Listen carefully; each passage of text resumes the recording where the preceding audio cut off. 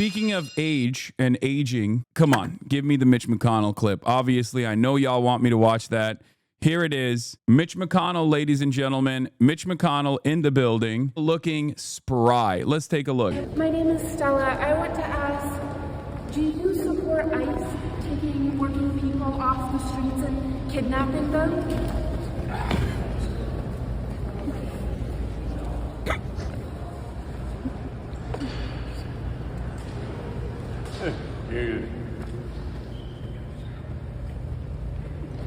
Why is he not responding to the question? I'm confused. Wait. Let's run it back. I didn't fully get it. Hold on. My name is Stella. I feel like there was some there that you support ICE taking I feel like if you look at that up close, you can see it. you support ICE taking working people off the streets and kidnapping them?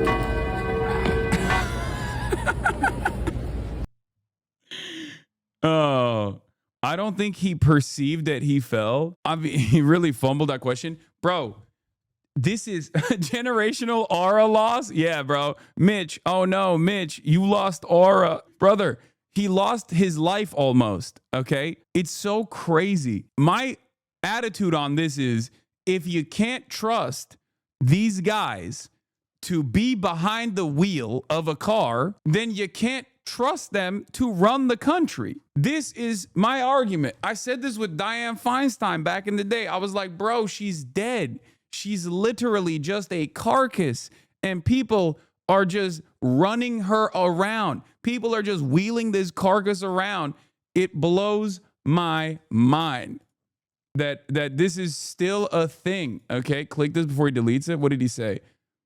I told him to shower afterwards, but he loves to just let it leak out. Now look at you, Bay, slipping everywhere. Oh my God. Oh my God. This is going to be a deleted Jabuki tweet for sure. I mean, we need him to run again, dude. We need this demon to run again, honestly. Hello, this is ableist and ageist. Hello, ding, ding, ding. Hello. I am. I've told you this before. I'm ableist and ageist when it comes to politicians. Like, not ableist in the sense that, like, if you're, blind, you can't be a politician or something. But like, if you obviously don't have your mental faculties in order, you shouldn't be in a position of power. Okay? That's it. And yes, I am absolutely ageist when it comes to politicians as well. Ageist in the direction where after you get to a certain point in your life, you obviously should not be in any position of power. You should not be in a position of power if you are incapable of operating a vehicle, for example. If I can't trust you to drive a car, why do I trust you to drive the government? I feel like that's pretty simple. And this is not like, once again, I'm not talking about like disabilities like blindness or something, okay? I'm talking about up here, okay? Up here. You at least have to be somewhat sharp, I think. Am I crazy? I mean, in theory, you have to be a competent person. In theory, you have to be a competent person, mentally competent. And if you are incapable of communicating, if you're like, I mean, this is beyond like, oh, he just tripped and fell, right? You can see in his eyes, like, he cannot walk without assistance. He doesn't know what's going on. It's very obvious. Like, this is the same shit that they did with Joe Brandon. My name is Stella. I want to ask, do you support ICE taking working people off the streets and kidnapping them?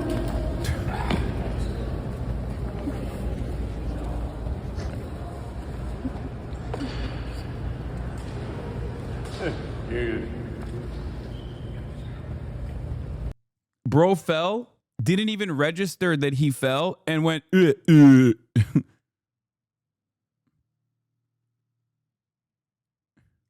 Yeah, the fuck are we doing? This is one of the most powerful men in this country, man. Do you understand? This is a clown show. This is, bro. This literally, this kind of stuff like really pisses me off because it is so reminiscent of like monarchic structures. You know what I mean? Like, this feels like we're all a bunch of medieval peasants and our divine lordship ordained by the king that got the heavens mandate that just rule over us. And it's so obvious that they're just like sloppy. They got gout. You know, they're dying. And we're over here being like, no, they deserve to rule over me. His lordship deserves to rule over me, my lord. Like, how is this any different? How is this any different? This is where we're at. This is what's going on. And we have like the only difference between the former feudal structure and monarchies is that back then, society was kept together by this notion that God made the king, right? He was destined by God to rule over man. And then he would pick his lordships, he would pick his lords, and we all had to live under this structure. Nowadays, instead of God, we've fulfilled that role with the fake notion of meritocracy, where every single person is actually worthy of the position that they have, worthy of the status that they have, because they worked really hard and worked really smart for it. And there are examples of this lie. Like, there are examples disproving this lie every single day. Look no further than the likes of Elon Musk, for example. Elon Musk does not work at all. He tweets way too fucking much for anyone to think that he even works a little bit, right? And yet people still think he deserves it. We have to exist in this weird space where we have to believe that Elon Musk actually deserves his position, deserves his status, because otherwise we have to really reconsider whether or not meritocracy is real, whether or not capitalism has actually created a much more egalitarian world, as opposed to the previous structures of inequity, like monarchies and feudalism and lordships. Like the people that look back throughout time at moments where, you know, people have rose up and took out these lords, took out these kings, do not realize that we live in the exact same structure with a different patina slapped on it. That's it. We live under the exact same constructs right now. The way I see it, this is no different. This is no different than a lord who pisses and shits himself. And, you look at that and you're like, well, I can tell that this guy is not all there, but what the fuck do I do? He's just an almighty, all-powerful person.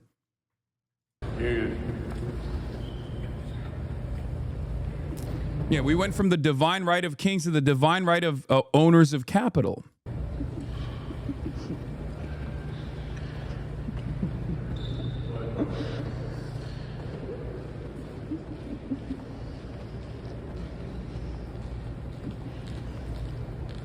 Conservatism was designed to preserve the aristocracy in the absence of waning monarchy. Yeah. I mean, it is that way. It is absolutely that way. Counterpoint, maybe he fell on purpose to avoid the question. Yeah, he did the Justin Trudeau. He did the Justin Trudeau method. For those of you, for the Canadians, this is somewhat of a deep cut, I guess, because a lot of people don't remember this, but Justin Trudeau famously used to fall as a humorous bit. Like, that was his thing. He could fall well. He would do that. And I think that's what Mitch McConnell is doing here. He learned from the best. Yeah, look, pre-French Revolution wealth inequality versus today. Top 10% wealth distribution in France. Pre-French Revolution, 1760, 1790, was this. In the United States of America now, economic inequality and wealth distribution has actually gone beyond those levels. Now, the reason why this is still not reaching the same the same anger, right? The reason why people are not as angry, on the other hand, is because the bottom 20% and, all of these other brackets, for the most part, have a level of comfort and a level of material security as a consequence of technological advancements being made and the distribution of resources is seemingly becoming more even, right? But wealth is a relative construct. You are only as poor as your neighbor is wealthy. So in that same vein, in the United States of America, the idea is that people should be very frustrated by this because all of these people are contributing to this. Without these people, this doesn't happen. Socialists look at this system and say, this needs to be distributed better. Okay, at its most simple way of understanding it, at its most like reductive approach. The Majority Report, thank you for the raid. We are currently talking about our divine lordships and how the monarchy structure is not all that different from the way that wealth inequality is worked out under capitalism as well. And instead of the divine rights of kings, we now believe that it's the divine right of capital to be in a position of power because of a faulty understanding of meritocracy. The bottom 80% in pre-French Revolution France were basically subsistence farmers. Bottom 80% today include professionals and people with master degrees. Yes, I know. The difference is like these guys were unimaginably poor as opposed to these guys. Like if you compare these guys to one another, if you compare their immediate material realities, of course, the average poor person now is in a much better situation than the average peasant in France in the 1960s. Certainly. And that actually does play a role in why there aren't more uprisings. Okay. In France, Robespierre led revolution against the bourgeois. The American experiment is pure bourgeois revolution. Did I say 1960s? I meant 1760s. I apologize. So the thing is, I think in some ways when conservatives say, well, at least you can get like a cheap hamburger at McDonald's, like there is some truth to that. Okay. There is some truth to that because that does unironically make people more comfortable. It makes people feel as though their situation is not that bad. Now, the more burgles become costly, the more Americans will become more angry. That's the other thing. But ultimately, if you want to understand like why Americans seemingly are more servile despite the same levels of inequality that happen right now, worse levels of inequality than the Gilded Age, it's because the bottom 90% are nowhere near as poor in their day-to-day experiences as they were in like the early 1900s. Okay, leading into the 1920s. It's not the same level. That is the major reason. But this shouldn't stop us from trying to create a better future. Okay, this shouldn't stop us from trying to create an alternative to the ways that we exist currently, because there are still unimaginable amounts of oppression, violence, famine, deaths that don't need to exist at all. So we have to push the needle further. We have to move beyond capitalism. Okay? Yes, capitalism was better than feudalism. This is true. And also, a very famous bearded thinker agrees with this concept. His name was Carlos Marcus. Okay? He wrote entire books about capitalism. He loved it so much. He wrote whole ass volumes. Okay? Imagine adding the third world to the end of the US graph. I mean, the argument in that situation is that like the wealth distribution in France 1760 in comparison to like colonies would obviously also be horrifying. Okay? Technically, you could make the argument that like even the peasant class was seemingly, I mean, I guess the peasant class was like probably closer to the purposely kept underdeveloped colonies, but you could still make the labor aristocracy argument in that same vein as well, because imperialism is the modern iteration of colonialism. It's not like it changed. It's not like there were different methods applied in this in the modern age, and maybe it became like less directly violent, but it's still pretty up. Okay, colonialism turns into imperialism, and the divine right of kings turns into the divine right of capital due to meritocracy. That is the evolution, going from the feudal constructs that we existed under monarchies to the bountiful future that capitalism created. And at the time, it was a decent evolution. My argument always is we need to evolve beyond capitalism. It's very obvious that capitalism has run its course. And if we do not advocate for an alternative, if we do not advocate for socialism, all that will remain is barbarism. That's a misconception. If you did that, you wouldn't look that much worse because inequality is so great that even at the global level, most Americans aren't doing great. The median wealth in the US is about the same as the average wealth globally. That's not entirely true. I think you're wrong about that. That's not true at all. This graph has been debunked. What do you mean? Like, my point is, yeah, that's not true for the global south. But again, that ginormous gap in those who, that ginormous gap in the global south, as opposed to like the victims, the colonial subjects versus the peasant class in the core of empire, was still ginormous. That wealth gap and the inequity still existed in that regard as well. I'm thinking of a peasant now who exhibits the same tendencies of like an American peasant currently, like an American hog right now. Back in those days, being like, well, at least, well, me lordship, I work on the stalks. I take the grain and I give it to me lordship, and me lordship protects. At least we're not living in the in one of the Orient continents, or not living in Africa. They're in a much worse predicament than myself as a peasant. That's what it is. They live in abject squalor because they are not worthy. Another way to phrase it is that about half of Americans would become richer if wealth was divided equally globally. Lenin has a piece called "A Letter to the American Worker," where he said that the workers in the U.S. are exploited so much that they're one paycheck away from being lumpen proletariat. This is the biggest issue for socialists in the U.S. Yeah, I think we moved past that. We are firmly in the throes of the lumpen prole. The petite bourgeois run the show here, okay? What do you think small business owners is? We live in a country that places all the emphasis on the small business owner, the petty, the small business tyrant, the petite bourgeois tyrants. Yeah, it's from a socialist perspective, yes, like every American who owns a house or a business is a mini Hitler is low-key not wrong. Like, obviously there are plenty of wonderful people who own houses and small businesses that they work on and they own and operate, but like there are an unimaginable amount of people that lumpen proletariat is not small. No, I know. I said America is comprised almost entirely of the lumpen proles and the petite bourgeois.